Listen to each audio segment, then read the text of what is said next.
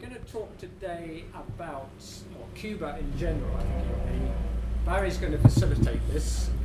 Nominally, it's the Cuban Missile Crisis, but we're going to talk about peaks as a subject, but I'm sure that it's all going to tie very much in together. But we have an email that I received from Chris Lightbound, who is a member. Well, he hasn't actually been joined this year, but he's promised that he's going to. And he asked me to read something out to you, a very short passage. If you must. And the rest of the email, I think I'll leave up to Barry to integrate in, because there's some serious stuff in there as well. And Chris says, still haven't had a chance to look at John Judge's closing remarks. Got the landlady at my throat. Serious situation here. For same reason, can't make it tomorrow. But good luck, and look forward to you telling me how it went. It's today, of course. I have a question for yourself and the assembled folk, Barry. But I'd also ask you to tell the assembled drunkards that, as I said in the message at the time, I think your short speech at the Kennedy Memorial last November was one of the best summaries of why the man is important and why we must keep on and on and on until we discover who killed him, how and why, that anybody has ever made. Anybody ever. So this is coming from a journalist who used to work for the Sunday Times, so I think... He just wants to be the boss. He wants him to... I really mean that. I know people who've spent a lifetime in public life who couldn't have made the speech you made that evening. Well done, mate. It was superb, and we can all learn from the succinct, well thought out and heartfelt remarks you made. Don't bottle reading this out, because it's praising you, right? In fact, purely to embarrass you. I'm going to CC this to Stuart to ensure he, if not you, reads out that bit. Blank, blank, blank, do you now owe me a drink or what? So, Barry, thank you very much for facilitating today, and welcome again, of I'd course. like to thank Chris in his absence for that sweeping endorsement. Just to talk very briefly about what I said on the 50th. I wanted to keep it very short, very sweet, and make it international. I didn't want to concentrate on American issues. I wanted to say what Kennedy did for all of us. And if anybody is in any doubt, what I want to say actually is it's up to us to inform the younger generation of what a great man Kennedy was. And because these things, Kennedy died 50 years ago, and although he's famous and everything, history tends to be forgotten after a while. I think it's up for us to keep reminding people that he was president during the most crucial period in our history. Basically, our history of the world, because without Kennedy being in the White House at that particular time, in my opinion anyway, we may not be here sitting here today discussing the events of that period. I assume most people here are familiar with the film 7 Days in May. Yeah. Anybody have never seen the film or don't know? I've never seen it. You've never seen it? Basically, Basically, the plot is about a military coup in the US. You go and tell those nabbies It's about a military coup because the American president has just signed a deal with the Soviet Union to remove all nuclear weapons, and the military didn't like it, and they plotted to actually overthrow him. Well, one of Kennedy's closest friends was a guy called Paul Fay, or his nickname was Red Fay because of the colour of his hair. He was a friend of his from his days in the Second World War. Well, Paul Fay wrote a memoir of his friendship with Kennedy, which he called The Pleasure of His Company. You may well have heard of that book. Well, he discussed, and this is in this book, he discussed Kennedy whether the events depicted in 7 Days in May could really happen in the US. And Kennedy answered to it, said to him, it's possible it could happen in this country, but the conditions would have to be just right. If, for example, the country had a young president obviously they did, and the Bay of Pigs, they did, there would be a certain uneasiness. The military would be criticising the president behind his back, but that would be written off as usual military dissatisfaction and civilian control. And if there was another Bay of Pigs, the reaction of the country would be, is he too young and inexperienced? The military would feel that it was their patriotic obligation to stand ready to preserve the integrity of the country. But what happened if there was a third Bay of Pigs? It could happen, but it wouldn't happen on my watch. But it did happen. We had the Bay of Pigs, obviously. Cuban Missile Crisis was the second Bay of Pigs. My opinion. This is all in my opinion. You can disagree with me, whatever you want to say. And Kennedy's speech before the American University in June of 1963 was, I believe, the third Bay of Pigs. Basically, that was the final straw. Could I just make a comment on that? Yeah. Because I think there's a film that's just come out called Killing Los Morals, and I don't know if that film is now available on DVD.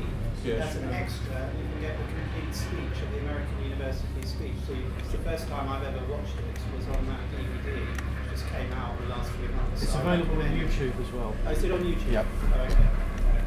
And what followed on from the June speech was the Test Ban Treaty. So, I mean, Kennedy, during the Cuban Missile Crisis, he suddenly realised we can't go on like this, building all these nuclear weapons. It's going to end in disaster unless we, as leaders, do something about it. And he was very, very shaken by the events of October 1962. I mean, a lot of people were. But he was a man that was in the position to make it go one way or the other. And he decided, obviously, to have a peaceful conclusion. Now, he had, get back to the Bay of Pigs, he inherited the Bay of Pigs, as we know, from Eisenhower. His plan was already in the works. He just had to give his approval. Now, he was young, he was inexperienced, and at the Bay of Pigs, he believed his military advisors. They told him the Bay of Pigs would be successful, even though he insisted that no direct American military involvement would take place. There would be no direct military involvement. It's all going to be done by the Cuban exiles. Now, in hindsight, how the Cuban exiles, the 1,500 Cuban exiles, could have invaded and taken over Cuba without American involvement, I don't know. I don't know how that could have happened. But he believed his military advisors, and what the Bay of Pigs, the failure of the Bay of Pigs taught him was never to believe your military advisors. You need to get advice and opinion from a much broader spectrum. Don't rely on your soldiers, so to speak, to tell you. You're lumping the CIA in with this. And the CIA, yeah, the whole military establishment. CIA, obviously, deeply involved in the Bay of Pigs because it was really a CIA operation. So when the Cuban Missile Crisis came about, he was very wary of his military advisors. Now, Curtis LeMay, who was one of the Joint Chiefs, he was perhaps one of the worst of the hawks. Now, Curtis LeMay wanted to attack the Soviet Union in 1949, shortly after, well, I think probably just before the Russians actually exploded their first nuclear bomb. He had a plan to actually bomb the Soviet Union using the complete arsenal of American weapons back then. So to bomb Cuba was probably to him better late than never. So he had all of his military advisors telling him once this information came out, the U-2 photographs were taken and they were interpreted and the missiles were discovered. The first thing that was discussed was an airstrike to take out the missiles.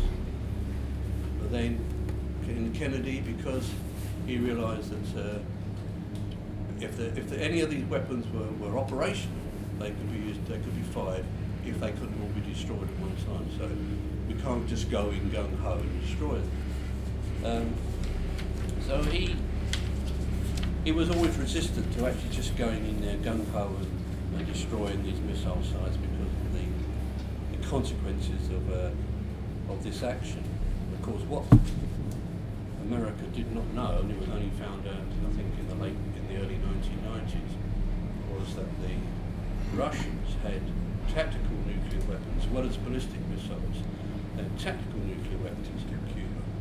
So any invasion of Cuba would have been destroyed by nuclear weapons.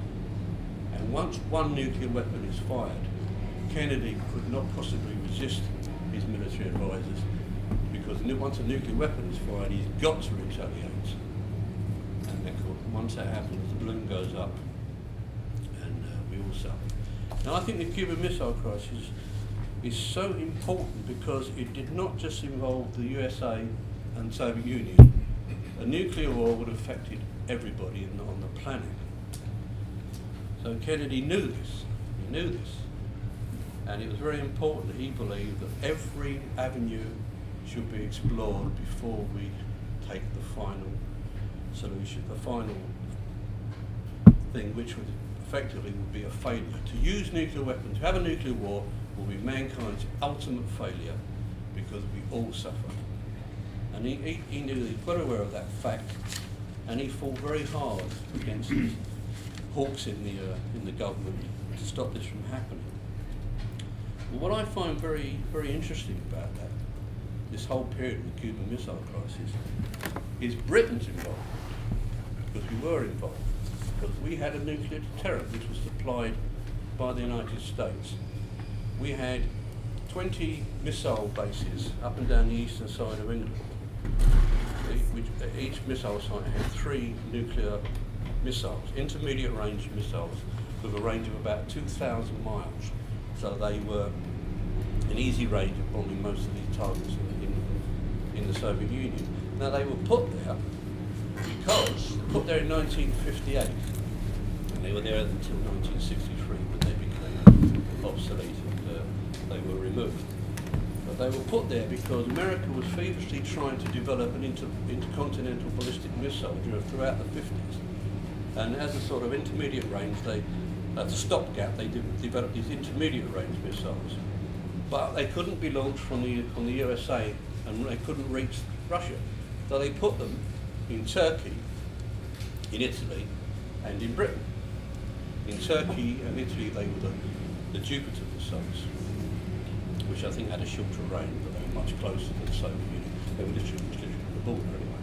But in Britain, they had a slightly longer range, 2,000 miles, and they were the Thor missiles.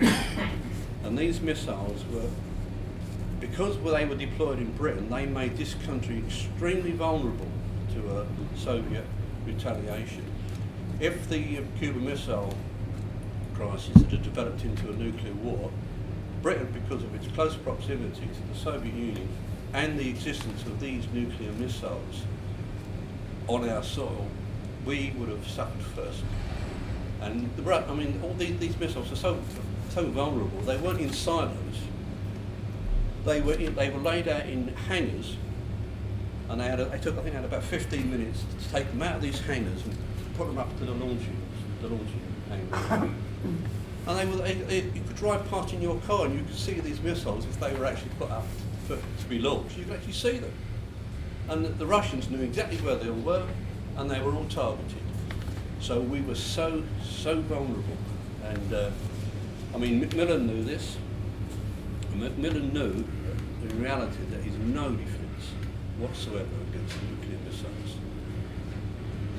So effectively, the only defence is never to use it, never to use it. And he believed that if he was told by his advisors, if 8 nuclear bombs, hydrogen bombs were dropped on this country, that would destroy this entire country. Just simply 8 strategically placed nuclear hydrogen bombs, thermonuclear bombs, would destroy this country. His advisor came from the north of England, and he said 11 would make a really good jump. So it might have been 8, but definitely 11 would really be different. Well, I won't really, quibble. yeah. One would be too many. Yeah.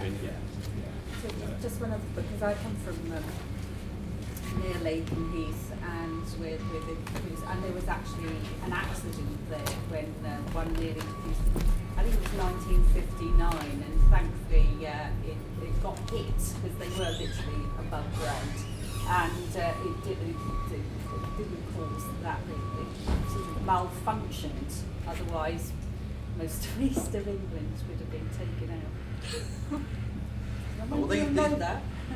Well, these missiles were, the actual missiles that were stationed in this country were the property of British government, but the actual warheads, they were the property of the US government. And there was a joint agreement between Britain and America that they could not be launched without both countries approving. In fact, they had two, United States Air Force guy at each the launching control room, we call it, and an RAF guy had this so-called dual key system. When they got the word, they would turn these keys and they could be fired. And apparently it was discovered in the early 1990s that each key could fire the other person's release it. So the keys were exactly the same. And the problem, the danger of the Cuban Missile Crisis was if there was a mistake. If things got out of hand.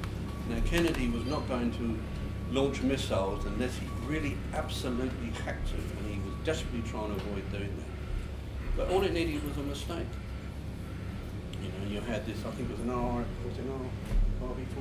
plane, I can't remember the actual name of it. But there was a plane flying over up in the Alaskan area on an air sampling mission to test whether the Russians were actually testing nuclear missiles. And it went wrong, it lost its course, and it started flying into Soviet territory. Now this is right at the heart of the crisis. Now what if that was misconstrued by the Russians as an attack? And also, and there was a U-2 was shot down, piloted by Major Rudolph Anderson, the first one of the few casualties. There was actually another, I learned quite recently that a plane actually crashed coming into Guantanamo, the base on Cuba. I don't know about some other people killed, but I don't quite remember that it was directly related to enemy action or anything. But it was a case of miscalculation.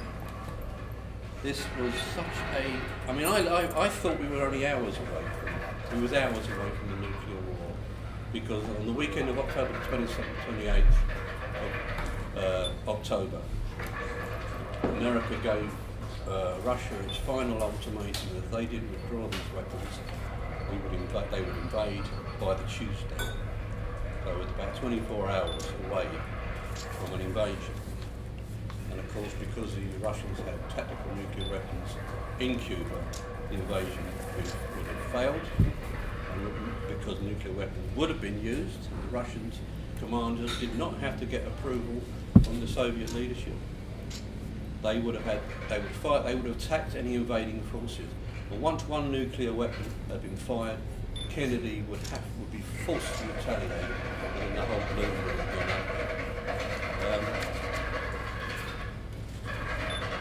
But I learned on a recent documentary that when the island of Cuba was blockaded by American ships to stop any further build-up of weapons, many of these ships were protected by Russian submarines, which are also tipped with armed with nuclear torpedoes. And they were given approval to fire these if necessary. And there's one incident where a Russian submarine has been depth charged to make it come to the surface, and the commander said, right, that's it, I'm going to fire. And he went down to the launching part where they launched the missile, or launched the torpedo, and he was stopped by someone getting in his way. And those few seconds, he suddenly had a second thought, he said, oh, no, I can't do this. You know, but he was really within seconds away of launching this nuclear-tipped torpedo. So it was not only a case of whether cool heads prevailed in the White House and in the Kremlin. I think he was out of radio, so he didn't know what was going on. Yes, he thought a war had happened. That's He right. thought the balloon had already gone up. Yeah. You know, that was the danger of it. There was, I think there were depth charges, Yeah. and there was a ship and a sub, and they actually rose so that they could the escape hatch. A crewman and the captain both were in that hatch, and it was the captain was going to go down and do it, and the other guy was in the way. That's right. And he just changed his mind. Yeah. He decided to not to fire the flaming thing. But it was that close. It was that close. It was just, think about two people on a staircase at the same time. bad manners saved us. On the In subject, a way. on, No, well, yeah. No. on the Yeah, subject well, of you fire one missile and that's it, then you've got to retaliate. You're into it. There's no going back. There's a similar story just before the First World War, in which we would be talking to the French generals about how many people we would be sending them if they were attacked by Germany. We asked them what is the smallest number of British soldiers we could send to France, and the French general staff were like, 1 soldier, and we'll make sure he gets killed. Can I just interject there, going back to a point you made about Curtis LeMay, and I'd be interested, I don't want to interrupt your introduction, but if you could include this. If you go back to guys like LeMay and Lyman Lemnitz, who I think was even more unstable than LeMay, and he was he was a real problem to He wasn't Kennedy. the only one. There's quite a few of them. There were actually. quite a few in the joint. How much do you think the fact that they were balked in the end, the fact that America did not invade Russia, do you think that had something to do with support of the Joint Chiefs of Staff to the assassination? Do you think Yes. there was? Do you? Absolutely. I do, absolutely. Like I said in the beginning, that talking about 7 days in May, there was a third bay of pigs, and that was enough. I mean, When you say there was a third. oh no, that was another issue. And That Sam was, 263 to draw for Vietnam. well, yeah, that was another issue we wanted to draw from Vietnam as well. But if I can concentrate on the missile crisis for a moment, the American military wanted to invade Cuba, and they wanted to do that really ever since Castro took over. So they started the plans with the CIA and incorporating mafia figures like Roselli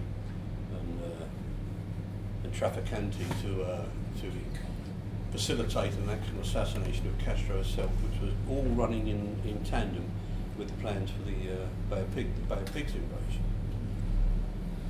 Kennedy, they blamed Kennedy for withholding air support, because an invasion cannot take place if you don't control the air, because your ships are so vulnerable to attack that you must gain control. So the first, there was actually in the Bay of Pigs, there was actually an attack on Castro's air force, but it didn't destroy all of his planes. And the story is that Kennedy refused to allow a second strike to take the rest of the air force out, and he was blamed by that action for the failure of the crisis. No, I mean that's very debatable. But the important fact is that the Bay of Pigs failed, and when the missile crisis came round, the military thought, well, let's not sod around now. Let's go in and do it. We've got an excuse now. We've got to get these missiles out. I mean, the military wanted to invade Cuba and get rid of Castro. People like LeMay and a guy called General Thomas Power, Yes, who was the working commander round itself, of wasn't SAC, it? the Strategic Air Command, who he took over from LeMay a few years earlier. Both Operation Northwoods. That's another issue, yes. They weren't interested in Cuba anymore. This was an excuse to bomb the Soviet Union. They wanted to destroy communism. The Americans did not believe that the military did not believe that America could coexist with communism, particularly a communism, a power like the Soviet Union that possessed nuclear weapons. So let's destroy them before they destroy us. That's what they really wanted to do. And Cuba was an excuse, and Kennedy said, no, I'm not going to do it. Even when the U-2 was shot down on the 27th, Saturday the 27th. Right, they were saying to him, you know, this is it. They've attacked one of our men, they've killed one of our pilots, they've destroyed our plane. That's the excuse. Come on, let's do it, let's do it. But he wouldn't do it. He said, no, let's wait a bit longer. Because around this time they got a letter from Khrushchev that was obviously written by Khrushchev, and you probably know about this one, where it's very emotional, and he's talking about we must not pull on this rope that ties this knot because we won't be able to untie it eventually. And while they're debating what to do about that response, they get another one. This time, this one was written by the hawks in the Soviet government, making up in the ante. Basically, pull your missiles out of Jupiter. Sorry, pull your Jupiter missiles out of Turkey and Italy. And they thought, well, no, they've changed the whole ball game now. They're making unreasonable demands. But that is actually what did happen.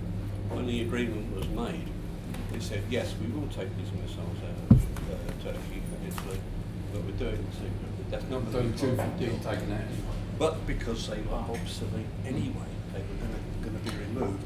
But Kennedy said, no, we can't have this part of the deal, but we will remove them. So, I mean, that weekend of the 27th, 28th, we were probably the closest we'll ever be to nuclear war. Fortunately, I hope it never happens again. Kennedy stood firm, and he resisted his military advisors. There's one, I mean, it's absolutely fantastic that he was able to record many of these conversations because you can hear the arguments that were going on. And there's one particular period when General LeMay actually insults Kennedy to his face. And he says to him, you want to have a blockade? Well, that's a pretty weak response. Most people in this country would think it's a weak response. That's appeasement, you know? And that was a veiled, perhaps a less than veiled slur on his father's appeasement or agreement of never change appeasement in 1938. So, I mean, LeMay was quite prepared to actually insult Kennedy to his face and tell him what he thought of it. Okay, maybe slightly diplomatic language, but it's quite obvious what he was saying to him. Is it true, sorry, Barry, that somebody, one of his chiefs of staff, I think it was afterwards the rules were changed, but somebody actually took America to DEFCON 2, which is one That was General Power. On the 24th, that's 2 days after Kennedy gave the speech telling the world of how serious the situation was. The next day at 10 o'clock Eastern Daylight Time, the United States raised the readiness level of SAC forces to DEFCON 2. So who did it though? Thomas, I mean, that's, General Thomas it Power. wasn't Kennedy, was it? What happened was that Thomas Power informed all of the SAC bases around the country and all the American nuclear forces all around the world, and he did it in the clear. He did it without it. There wasn't a coded, it wasn't a coded message. It was right out in the clear, so the Soviet Union knew what was happening, and he did that part of it, the announcement, without Kennedy's approval. Was he allowed to? I mean, No, but he did it anyway. He was trying to force Kennedy's hand. Now, during the crucial part, you had any number of SAC bombers were flying around in their so-called fail-safe points around the perimeter of the Soviet Union. And all these bombs on board, all primed and ready to go, all waiting just for the go signal. And they were being refueled. They were kept up there. They were planed up there 24 hours a day, waiting for the go signal. The submarines were ready. All the missile silos in the United States were all ready, all primed to go. This is what DEFCON 2 is all about. Defence Condition 2, one step away from war. And basically, it's like having a gun and you've got your finger on the trigger, and you pulled that trigger, and you're pointing at your enemy, and you're actually squeezing that trigger, and you've just stopped short of firing. But the difference was, this was nuclear weapons. I think it means that you actually got the missiles out of the silos. DEFCON 2 is a DEFCON 1. They're all they're literally all The ready hatches to are go. open and They're all on the launch pad. That's it, yeah. A DEFCON 1, it means go. It means you've actually fired. DEFCON 1 is, okay, yeah. So it's for the only confirmed time in US history, while the B-52 bombers went on continuous airborne alert, the B-47 medium bombers were dispersed to various military and civilian airfields and made ready to take off, fully equipped, on 15 minutes' notice. 1/8 of SAC's 1,436 bombers were on airborne alert. Some 145 intercontinental ballistic missiles stood on ready alert, while Air Defence Command redeployed 161 nuclear-armed interceptors to 16 dispersal airfields within 9 hours, and with 1/3 maintaining 15-minute alert status. 23 nuclear-armed B-52s were sent to orbit points within striking distance of the Soviet Union, so that the latter might observe that the US was serious. Jack C. Catton later estimated that about 80% of SAC's planes were ready for launch during the crisis. That's right, and Thomas Power is a man that actually issued this order to all of America's forces around the world. He was in an earlier discussion with Robert McNamara, one of McNamara's advisors, and Thomas Power said, "We win this war, a war, if 2 Americans are left and 1 Russian. To me, that's victory." And this guy said He's to one him, of them, yeah. "You've got to make damn sure that the Americans are a man and a woman." This goes right the way back to the Neanderthal attitudes in the First World War, when we worked out that if we sacrificed 3 soldiers for every 2 German soldiers that we killed, then we'd end up with, I think it was about 30,000 troops, and they'd end up with none. I disagree with that, because the system of treaties meant we entered the First World War and then they worked out how to fight. Whereas this is before they actually go to DEFCON 1, because this is before the actual event. It was about 1916, this was this. Oh, right. When Mahé. Yeah. To me, DEFCON 1 was the wrong terminology. Armageddon would have been a better terminology. Because once you go to DEFCON 1, once you fire nuclear weapons, I mean, we've all seen these films of these bombs going off, these atom bombs. Yeah. I'm not an expert on nuclear physics, but I believe that the weapons that existed, the hydrogen bomb, the thermonuclear bombs, actually needed an atom bomb to trigger it. Hydrogen bombs Fission, are fusion. yeah, but I think one of them's fission, one of them's fusion. I can't remember. Fusion actually needs a fission reaction. Exactly, yeah. So you actually need an atomic bomb to set off a thermonuclear bomb. These bombs are so destructive. Only a complete lunatic would want to use one, especially if they thought they would be attacked by the same kind of weapon. I mean, these military advisors, they were mad, in my opinion. Well, they were fighting the Second World War. They were still fighting. They were still thinking they were fighting the Nazis. See, Dr. Strangelove, the Jack D. written, is, in my judgment, based on the man. But there's a famous saying, there's a famous quote by Einstein, and he said, I don't know what the Third World War will be fought with, what weapons will be fought with the Third World War. The Fourth World War will be fought with sticks and stones. Yeah. And the point is, the 2 bombs that were dropped on Hiroshima and Nagasaki were roughly 20,000 tons of TNT, 20 kilotons. Yeah. By the time you get to the 60s and 70s, that size of weapon was considered tactical. Yeah. But the thing is this, that Winston Churchill said there was a period, we'd entered a period of human history where war was no longer a position of statecraft, because if you attacked the other side, you'd be dead by the end of the week. And they reduced it to 40 million dead, and they've got so the generals, being a logist, thinking in terms of numbers, said, "Oh yeah, but we'll win anyway." But none of the very few politicians were willing to go along with it. So in a way, you saved the traditional wars. Kennedy's legacy is that we convinced those who came after him, including generals, the generals that came after him, of the concept of man, mutually assured destruction.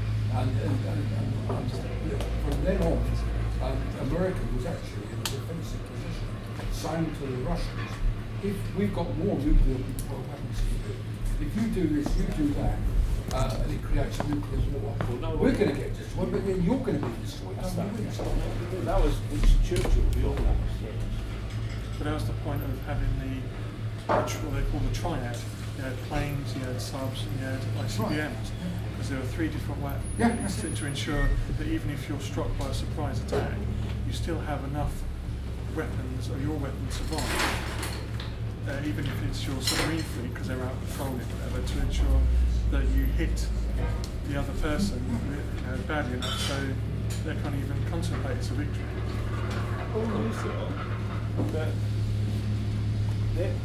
The Hawks were thinking in terms of the Second World War. Adolf Hitler was developing nuclear technology. Oh, the Nazis. And they believed that you could do a bomb and it would just kill off the people without destroying any buildings and everything, and you could just move in. Yeah, That was a neutron bomb. But the well, thing it was is, called a dirty bomb. That's right. But then but they didn't know about fallout. And once fallout was known about and all that, but the other thing is counterintuitive because Japan was bombed. It's a very densely populated island, and they just see within 20 or 30 years they still remember it. But life goes on. But on the other hand, there wasn't a to and fro in. You're talking about Hiroshima and Nagasaki. I actually believe that they were dropped, not for military reasons, political reasons. the first one was. That's only because They were, the Hiroshima and Nagasaki bombs were dropped on Japan to tell the Russians that the Americans first of all had these weapons, and two, they were prepared to use these weapons. At that time, the Soviets didn't have this weapon. They didn't explode their first nuclear bomb until 1949. In 1945, America had the monopoly, and in fact, when they dropped, I think they dropped the bomb on Nagasaki. I think they only had one other bomb in reserve. It's a whole dodgy business. By 1949, they had several hundred nuclear bombs. And back then, LeMay, as I said earlier, LeMay wanted The Japanese also had nuclear technology, and their nuclear technology, a lot of it was based up in Korea, which is very close to where the North-South Korea divide eventually happened in 1940 something, 1951. So the atomic research started in this country, and because of the Second World War it wound up in America. But in 1921 in Cambridge, they gave an atomic laboratory to the Russian revolutionaries. They said, oh, international, science is international, where's the harm in it? So I mean, but the thing is, in essence, it's like, it would have been the end of the world, that's all it is. Well, I believe there would have been a crisis over nuclear weapons at some time. Yeah. All I can say, as far as I'm concerned, I'm only glad because the Kennedy was in the White House when it happened. Other people may have had a different, they may have been voting. What Eisenhower would have done, what Nixon would have done if he won. Nixon could have been in the White House in 1962. Would he have done the same? The thing is, We don't know. Khrushchev as well. And the night I heard about Kennedy's death, the Profumo affair was going on, so the Tory government was on the way out, but also Khrushchev was in trouble as well. So in that year, the whole thing was going. Well, they ousted him a couple of years later, didn't they? So can I make a couple of logistical points about Cuba itself? The Americans hadn't appreciated that there were actually 30,000 Russians had got to Cuba because they'd been taken over in the ships in slave conditions where they put those just planks of wood. So they were absolutely crammed under the ships. So although the Americans were trying to count how many ships were going over, they hadn't appreciated that these guys were virtually... They're all fitted in check shirts and jeans. So they were technicians. So they built up this massive amount of people that the Americans hadn't appreciated. The other thing is that the weather conditions were very strange that year. In the late summer and the early autumn, there was like a smog conditions over Cuba, and the U-2 planes couldn't fly for several weeks. So in fact, that they didn't get the feedback from the U-2s about how many, how it was building up. And sorry, just one other point I always think interesting is that I think it's Dino Brugioni, the analyst, makes the point that he was the guy who looked down and at the U-2 pictures and calculated what they had and that. He makes one point that the reason that he can do the calculations by looking at them and how big they are is because that they've had data from the May Day parades in Russia of how large. Now, is this Lee Harvey Oswald would have been supplying some of those photos from Well, no, the May Day parades? I think Way they were in the back. public domain. I think they Yeah. were actually. Yeah, they were published. The May Day parades and weapons that were displayed during those parades were available to the Americans. They weren't got shot on the news every year. Yeah, that's Used to show them on the news. Well, yeah, and that's right. They did. They looked at it and they worked out the size Yeah, of they it. looked at something. They knew from that size, and they matched it. SS4s, I think they were called. They knew that this was an intermediate range missile. They had two, an intermediate range and two types. One that had that could reach most of America, and one that could reach just the sort of southeast part. But the fact is that they put these missiles into Cuba. Now apparently Khrushchev wanted to do that because his intercontinental ballistic missiles, which were the only missiles that they had that could reach the Soviet Union, were not that accurate. They were terribly destructive, but they weren't that pinpoint accurate. So they wanted to have a forward base, which was Cuba. But their launch would have to be launched in cities rather than hitting, rather than full counter force, hitting those missiles in the silos. Yeah. The waves have to be very accurate.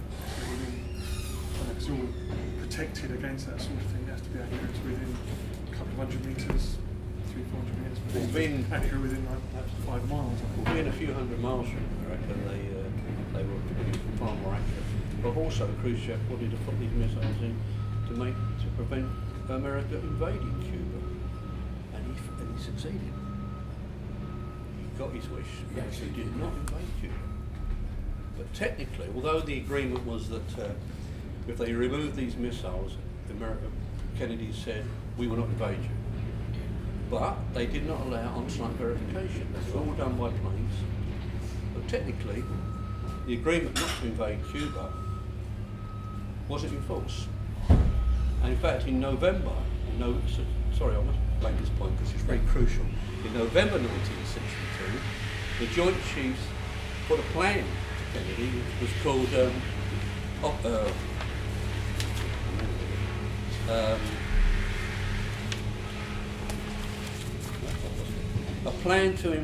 detailed plan to invade Cuba. This was in November 1962, after the crisis was over. I've seen it as Operation Scabbards. Yeah, I think that's a particular name for a military term for Is that the one that Waldron goes on about? C-Day. C-Day, No, yeah. that They was didn't called- call it C-Day. Well, C-Day. That was December C-Day was December 63, wasn't it? C-Day was No, that was going to happen then, but the plan was made earlier. Do you know what I mean? Yeah, The when there was a variant. C-Day wasn't an American invasion. That was American-backed coup. Yeah. Where the Americans would, if necessary, send in the forces after the coup had taken place. But what happened is this detailed plan was called Oplan 316. And this was presented to Kennedy as a detailed plan of what they're going to do to invade Cuba. The airstrikes, the actual invasion, how many forces. It really worked out down to the tiniest detail. It's Operation 316. It's called Oplan 316. 316. Operation Plan 316. Yeah.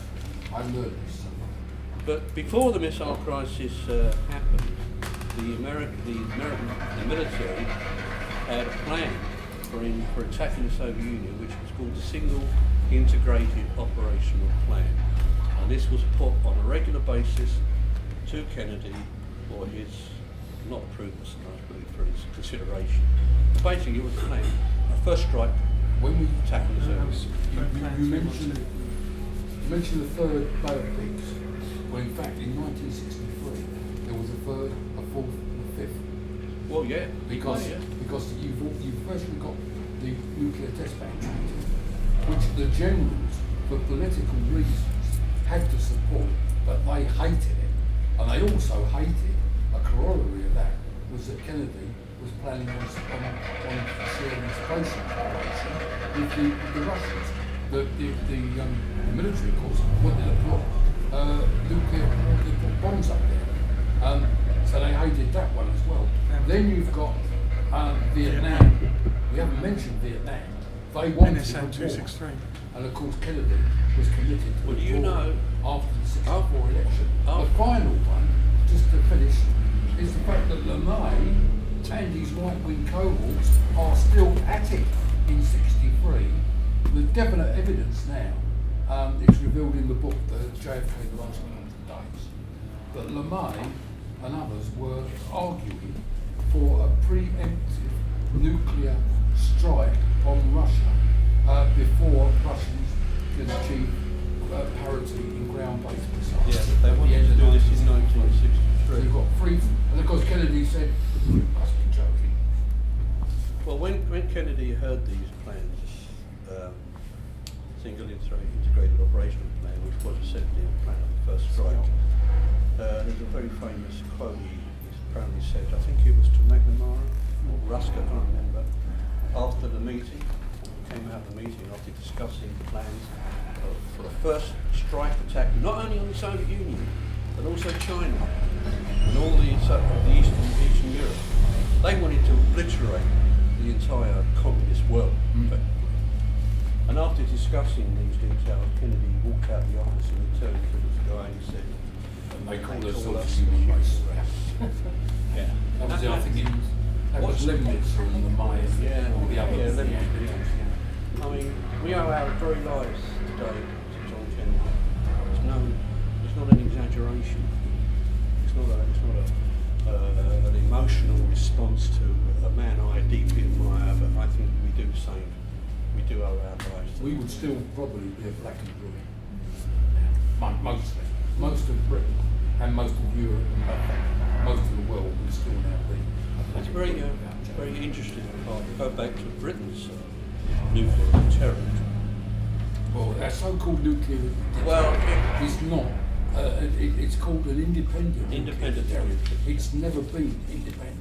We No, could no. not use it without American approval. That's absolutely And true. in fact, the only reason we've got it is for political reasons, so we can try and pretend that we're still a great power when in fact we're not. All it is a giant financial white elephant. Absolutely. There was also a gigantic aircraft carrier. Sorry? There was a gigantic aircraft carrier. Yeah. And Sycamore Rivers. Yeah. I mean, all the bases America built in the Second World War, they were just turned over to nuclear bases. Yeah. And what happened is that in the late 1940s, they were bringing over nuclear bombs to these bases without any written approval from the American and British government. In fact, Attlee went to Washington and he spoke to Truman and said, I want all this in writing. I want this all put down officially. You know that we have control over these weapons. You can't just come over here and use. Because they were worried that if hostilities broke out between the United States and Russia that had nothing to do with Britain, Americans would launch these bomber flights from our country without our approval. And Truman said, no, I'm not going to give you any written approval. So essentially what happened, they gradually introduced these nuclear weapons to these SAC bases in Britain.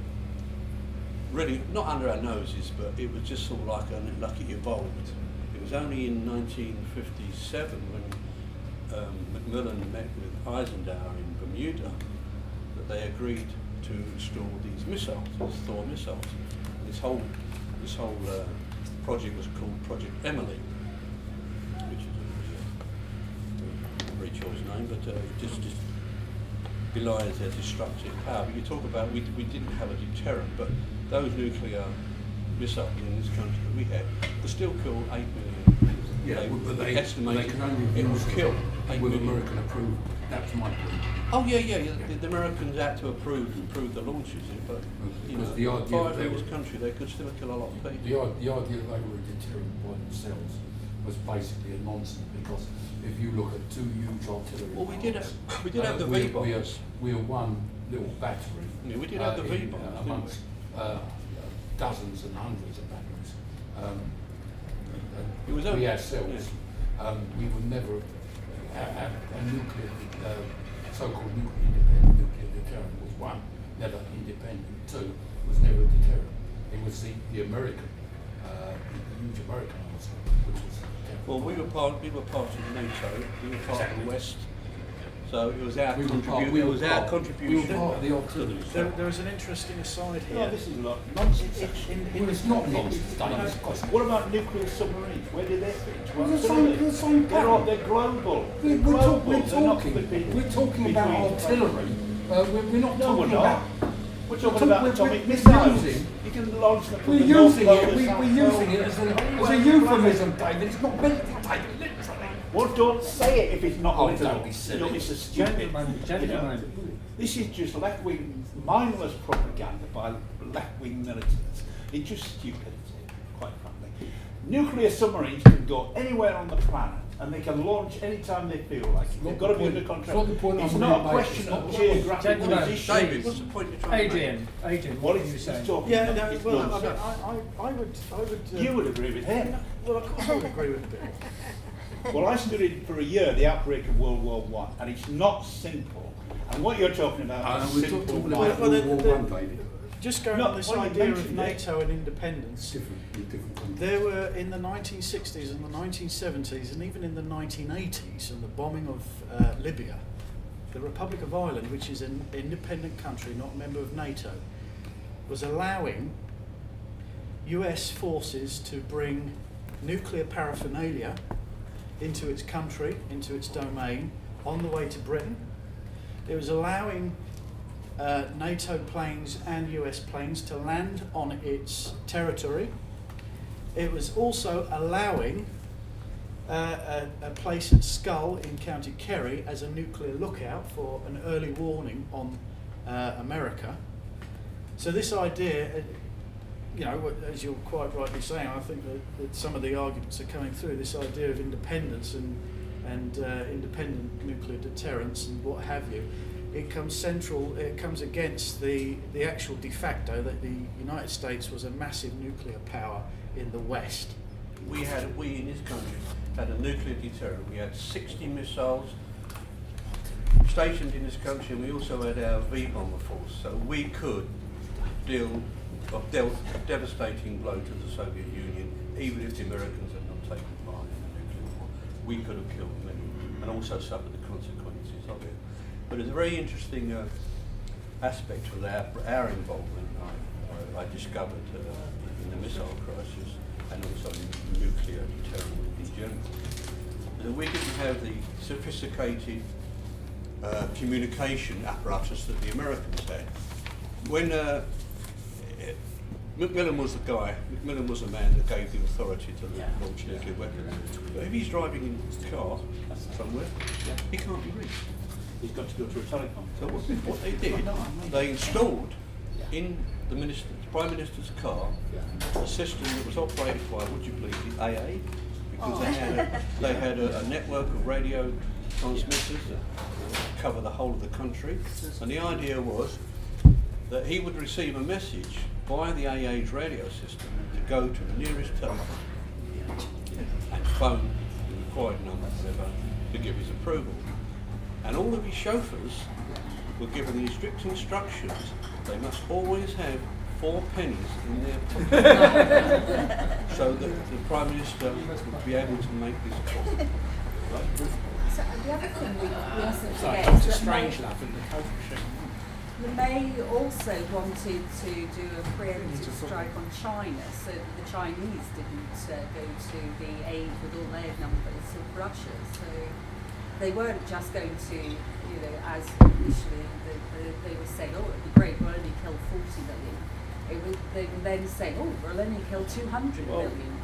LeMay had no qualms about No, he didn't. killing hundreds of thousands or even millions of people because he practiced his military prowess in Japan. The firebombing of Japan killed more civilians than the two atomic bombs did. Now, he had no qualms about killing civilians, women and children. As far as he was concerned, he wasn't fighting the Soviet army, the Soviet military, he was fighting the entire Soviet system. And he would kill them all. He wanted literally to kill them all. Several members of the Kennedy family have said afterwards, including Jackie and one of Bobby's, the eldest son, have said that they were told not to bother to take, to hide or get away from it, because quite honestly, they wouldn't want to exist. Or is if it said that in a nuclear war, the living would envy the dead? But, we would envy the Somebody dead. said, Yeah. forget them saying that. Someone said that.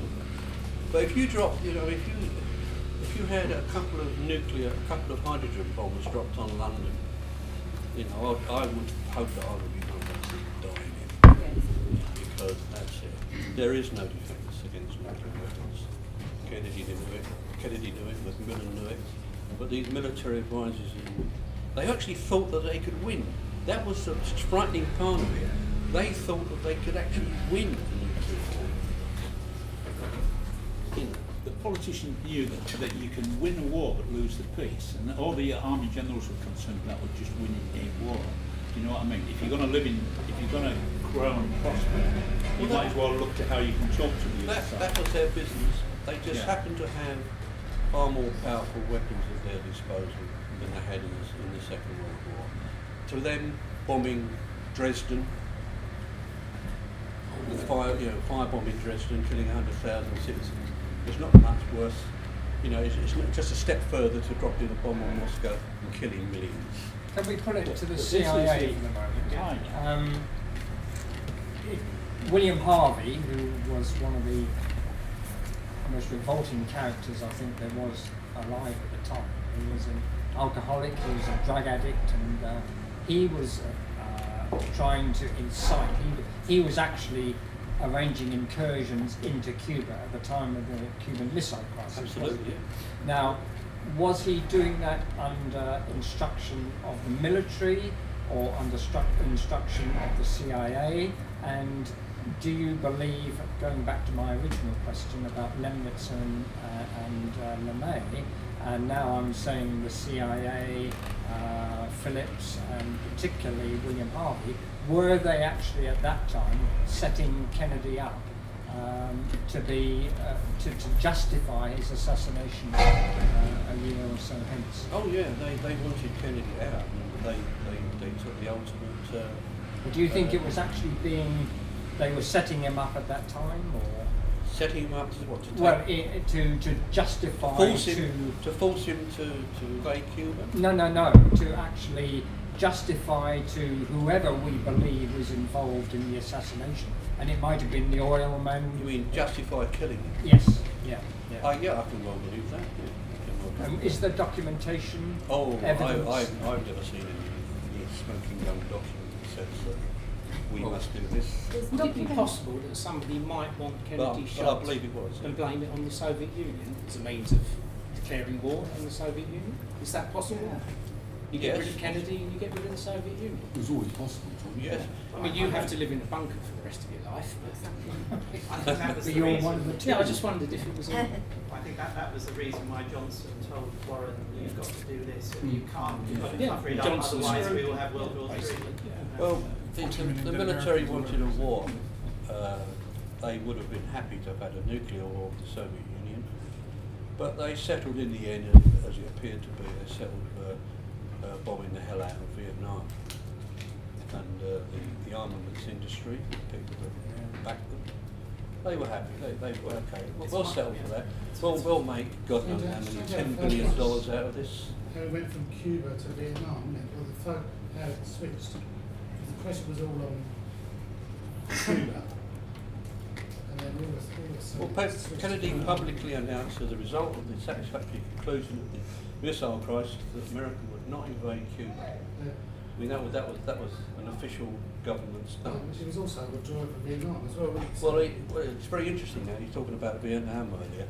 There were two national security action memorandums. One 263 and 273. 263 and 273. 263 was Kennedy's announcement that he would be withdrawing initially 1,000 American servicemen from Vietnam and the remainder by the end of 1965.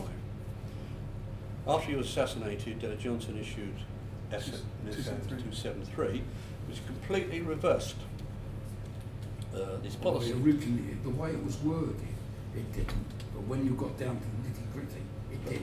The interesting part, and I found this quite revealing, quite shocking when you read it, the first draft of SM 273 was written on November the 21st.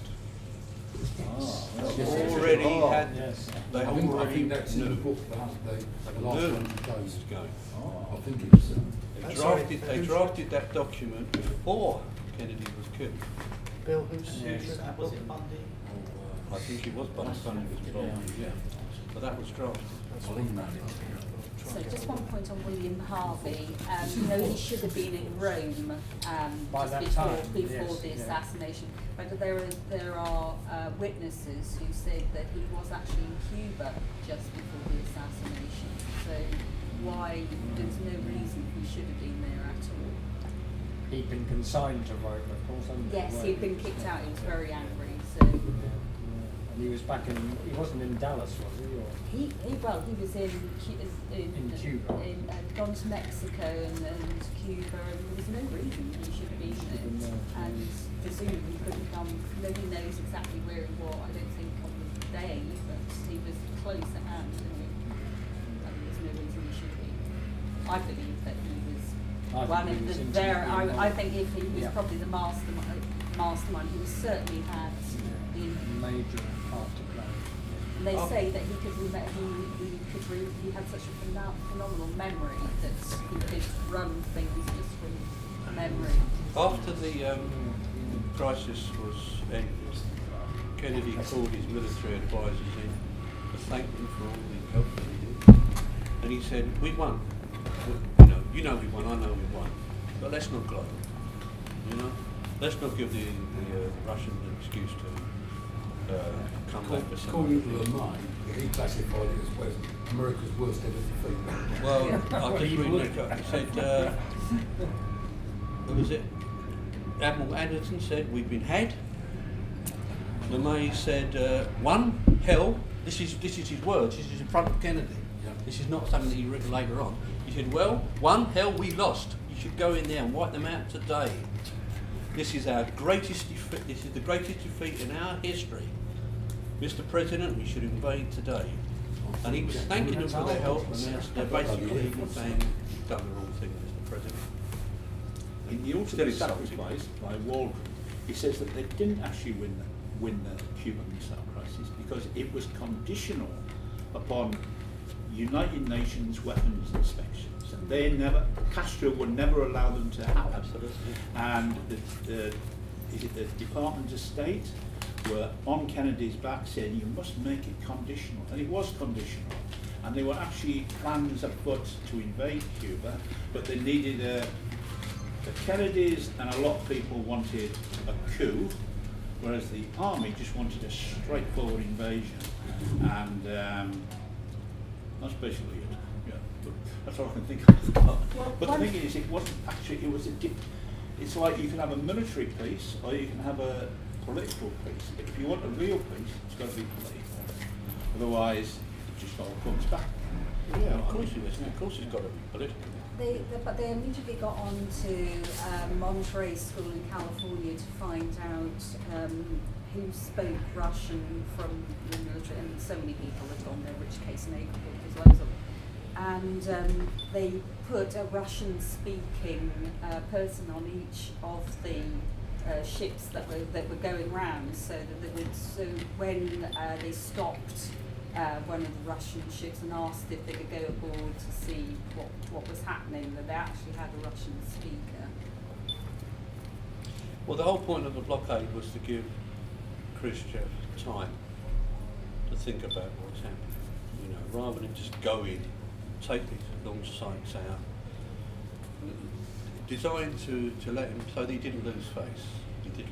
I know he was ousted later on, but basically decided to have time to think. And someone once said, I think it was Dpuk talking to Robert Kennedy on a Saturday or Sunday, when Robert Kennedy took the final ultimatum to the Russian ambassador and said, you will pull these missiles out of Cuba, we will invade within 24 hours.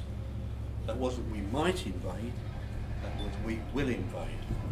And he had a very short time to get back to Moscow, to communicate with Moscow and say, yes, it's really going to happen unless we pull out. And it was during that period he said, yes, okay, we'll pull the missiles out of Turkey and Cuba, Turkey and Italy. Have you ever But seen not make it public. the Kennedy miniseries in the 1980s, one with Martin Sheen's Kennedy? Well, that incident where Bobby Kennedy talks to Cuban, I think it is very graphically done in that particular series. In fact, of all the times I've seen that portrayed on screen, that is by far the best.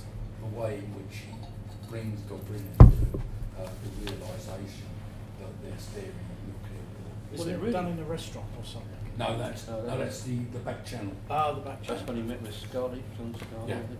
But it really did come down to that. Two men, Bobby and the Russian ambassador, literally sitting across a desk from each other.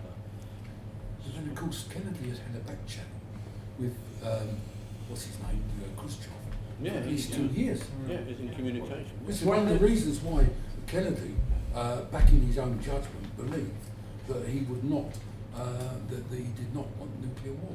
Khrushchev didn't want nuclear war, but when the second letter came on the Saturday, that was not written by Khrushchev, it was written by the military Bobby horse. said to him, didn't he? Bobby said, Ignore look, the ignore first it. letter. Yeah. he said, Yes. we've got a deal. Yeah.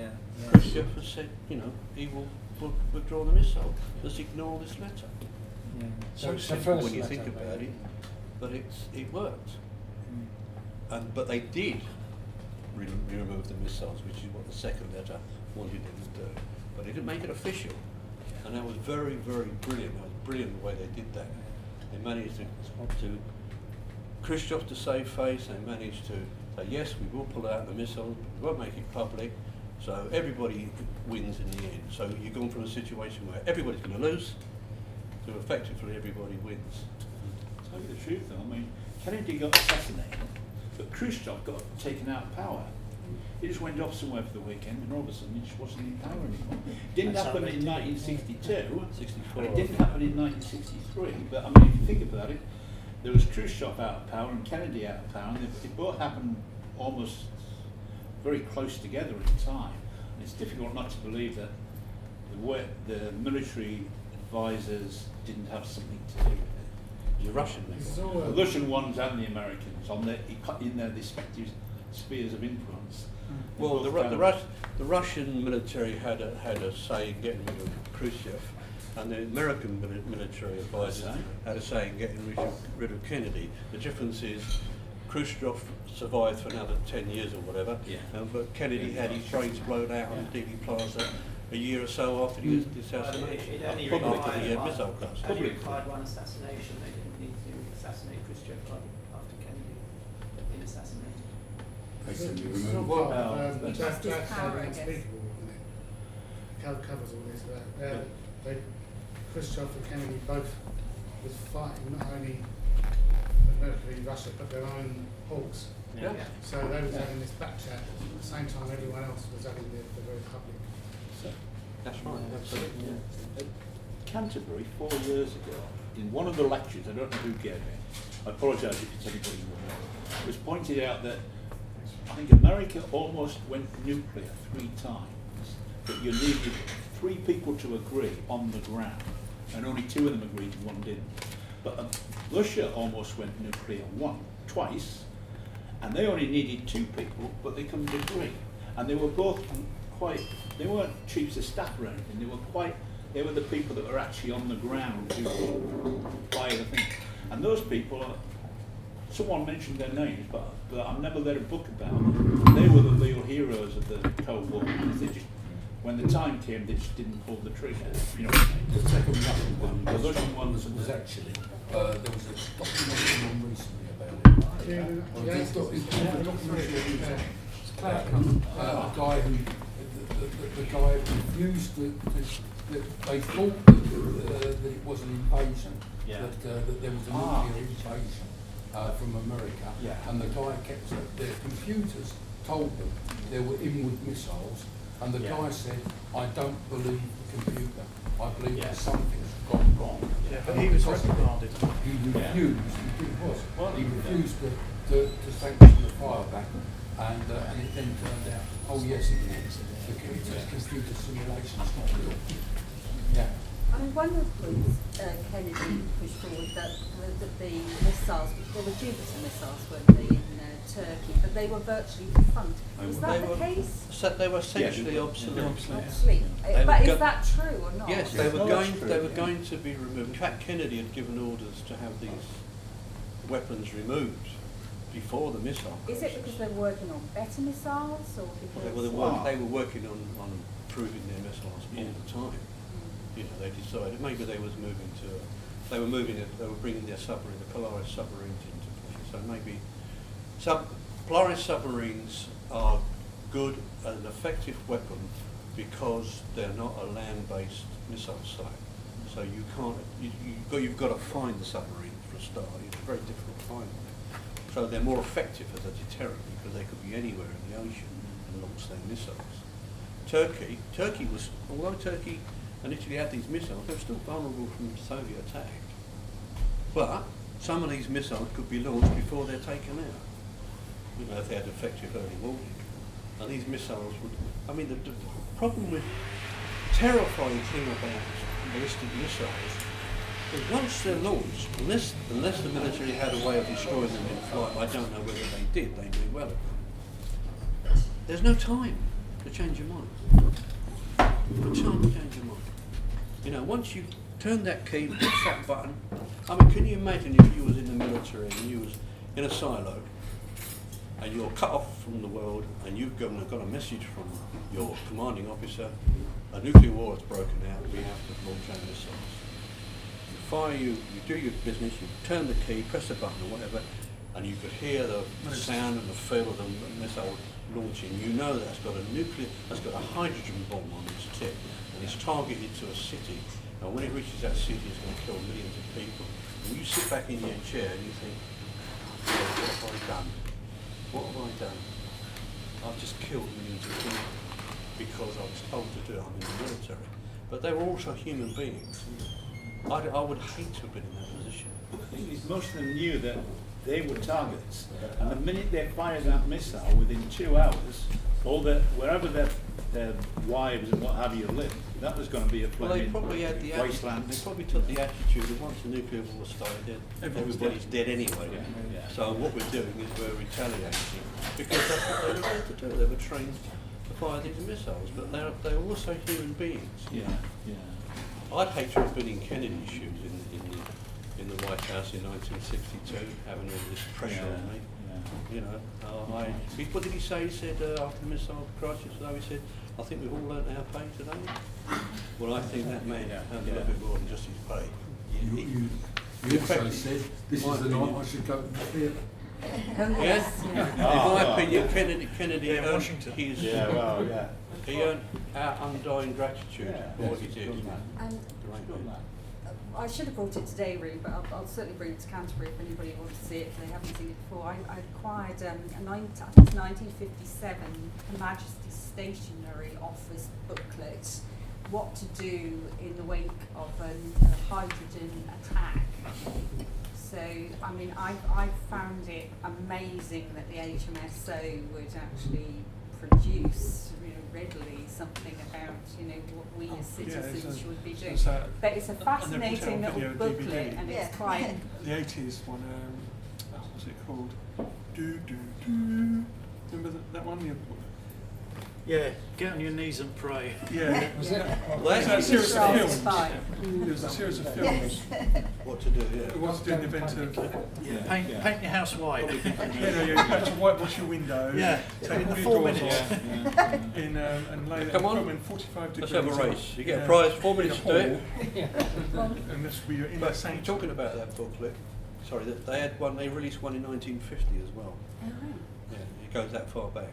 What to do in the event of a nuclear war. Because my father-in-law actually is retired now, a nuclear instrument engineer, was at Sellafield, and he always said the only thing you do is bend down and kiss your ass goodbye. You know, so. Exactly. Well, because quite simply, there is no. Kiss your ass goodbye. You cannot run away and hide from a nuclear explosion. No. So what do? You make damn sure they never fired in the first place, and that's what Kennedy The did. thing is, it is deterrent. You can Yeah. buy books about American handguns, and in New York, a mother will kill her child because he doesn't want you to be sued. And if you look at America, where almost everybody's got a gun, the reasons that they kill each other are quite ridiculous. Not to mention, every so often in a high school, the kids get together in a little group and go out and slaughter everybody. But the thing is, the atomic bombs, they were used, the atomic and the hydrogen bombs were used, but the other ones, to our knowledge, they haven't actually been used anywhere else since, you know what I mean? So as a deterrent, they work, but it's a very odd way of having a deterrent, because you've got to have the weapons. You could argue that the East and the West did not have a conventional war during this Yeah. period because they both possessed these weapons, and I think that's probably true. Directly. Yeah. All they had was proxy by wars. proxy, around the yeah. country. Yeah, But proxy wars. my argument, Yeah. what I wanted to emphasise is that they were involved in an arms race, and it was Kennedy standing up against his military during the Yeah. missile crisis, and then also sponsoring the nuclear test ban treaty, Yeah, and eventually that's the SALT treaty, yeah, SALT yeah. 1 and 2 later Yeah. on, that stopped the arms That's race, right. slowed it down. We can still kill each other many times over, but you have this huge build-up of weapons, and someday, somewhere along that line, there's going to be a terrible tragedy, and Yeah, there's going to there be a is. mistake. We've We've got to stop it before it gets out I of think hand. it was estimated that we could destroy ourselves 8 times over. Well, to Mutually me, assured more destruction, mad. wasn't it? Yeah. I mean, we still operate that to this day. Mad, mutually assured destruction. Oh, And that's why we grew rely- out of the Cuban Missile Crisis with Dean Yeah. Rusk. Yeah. That they dreamed. I thought it was something from the 1980s with Reagan, No, but it wasn't. It started in the 1960s, and that was what Churchill. No, but it's really the Churchill legacy, because he came up with the idea first. But you could have a situation in, let's say, between Pakistan and India, there might be a border yeah. dispute where there would be a limited nuclear war. But also there's China and India, China and Japan. Well, it depends. Very, very odd. If Pakistan starts losing the war, they might launch a few nuclear weapons, which would result in the India. It wouldn't result in the destruction of the planet, but it would be a nuclear war. The problem is, though, would it bring other people? A little different patch, would it expand? Well, it comes down to independence. When you're getting Iran trying to get their nuclear weapons, And Israel's got it. Israel's got it, South Africa's got it, Brazil are trying to get it. It's the weapons of the poor now. I mean, the threat of nuclear weapons being used is not They they still exist. When it was superpower versus The superpower. difference between now and then is that the entire world could be destroyed by escalation I was making a fundamental error. of the so-called nuclear I was weapons. making a fundamental error. So much Just dust looking at Brazil. would have been brought up into the atmosphere from all these I was explosions, looking yet at it all would the have played poor out people in some. Brazil, and I thought it was poor. I've got one major criticism. Fundamental error. Your mama said. You talk about the military, but the Air Force was separate down the 50s. And if you look at the history of war, The Air Force was separate from the yeah, military. they were. There wasn't an American Air Force until 1950. And there was huge rivalries, and the whole business about Vietnam was about bombing. The American The traditional American